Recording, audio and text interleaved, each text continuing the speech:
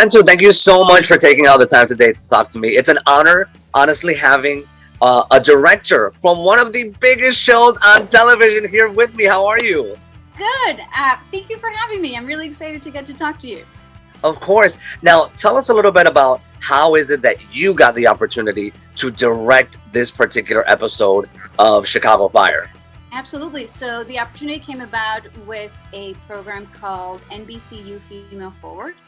And it's an incredible program that NBCU has in which basically every year they select the specific amount of a group of women, and each of them gets given basically the job that they've been working towards, and it's one of those really great programs out there because I believe until this year it was either the only one that would give a job, like a lot of programs are incredible. They're also great for like learning and making, making new mentors and such. But I think it is one of those things that in order to do it, you also just have to do it, right? There's only so much you can do, you can learn by watching or reading. You have to actually do it. And so that is how this opportunity came about. What was the whole experience like? I mean, you just got thrust into, the taping of this episode. Like, how far in advance did you get to prepare for it? Absolutely. So because it's through Female Forward, you get to shadow on 2 episodes.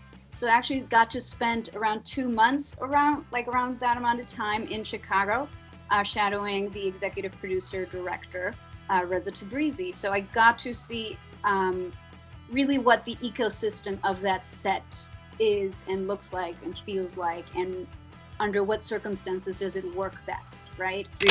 How long does it take to film one episode of the series?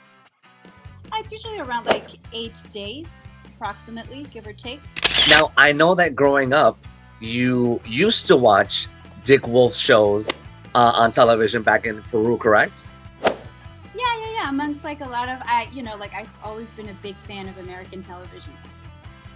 And I mean, did you actually get to meet Mr. Wolf while, being on set or working there with the company? I did not get to meet him in person, but I did I got lucky that I was shadowing during the 200th episode. And so there was a little celebration and we got to see Dick Wolf on screen. He was zooming in just like we are right now. Oh. What was the whole experience like filming in Chicago? I mean, I don't think a lot of people even realize that they do film this show on location, and you have to be going through some really severe weather conditions because it looks so cold in those scenes. And I'm like, I don't know where you're based out of, but I mean, I'm sure making that transition was also, you had to adapt to that as well.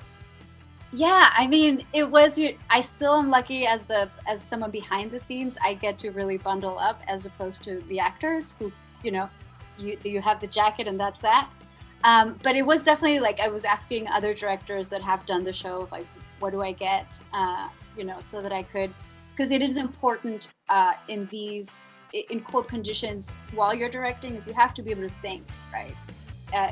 If there's, and specifically all of the outdoor scenes that are being shot are usually the incident scenes, right? Like the big stunt, all of these big things, and you have to be able to think on your feet. You can't be sort of shivering and trying to like get yourself together. So I just usually overdo it. So I made sure that I had all of the coats and all of the things and all of the layering so that it wouldn't be, but it still was very cold, especially on my face.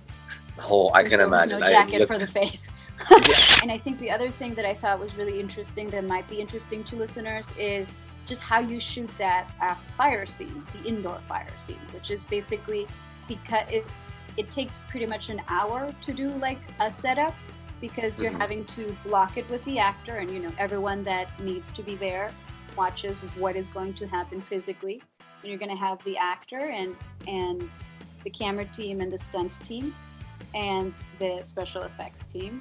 And once you run it like that, then you run it with camera, and on camera you're going to see what you see, and then you're going to set the levels for all of the fire on what you see in the frame that the camera has done, right? You're not going to set everything on fire because cameramen need to still be backing up in those hallways. So that was something very interesting as to how those scenes are deconstructed and how much care and time and knowledge goes into these scenes.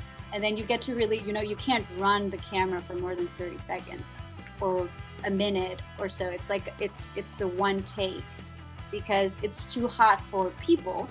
I mean, you'll see Gallo going down a hallway, right? It's got fire here, here, here. Can't really keep people in fire. That's not safe, right? So you really have to be very prepared to know what you're going to do, both for your actors and for camera. This has been an awesome conversation. I'm so proud of you, and I really loved the episode. It came out. It was so fun to watch, to be honest with you. Thank you so much, and thank you for watching it, and thanks for having me.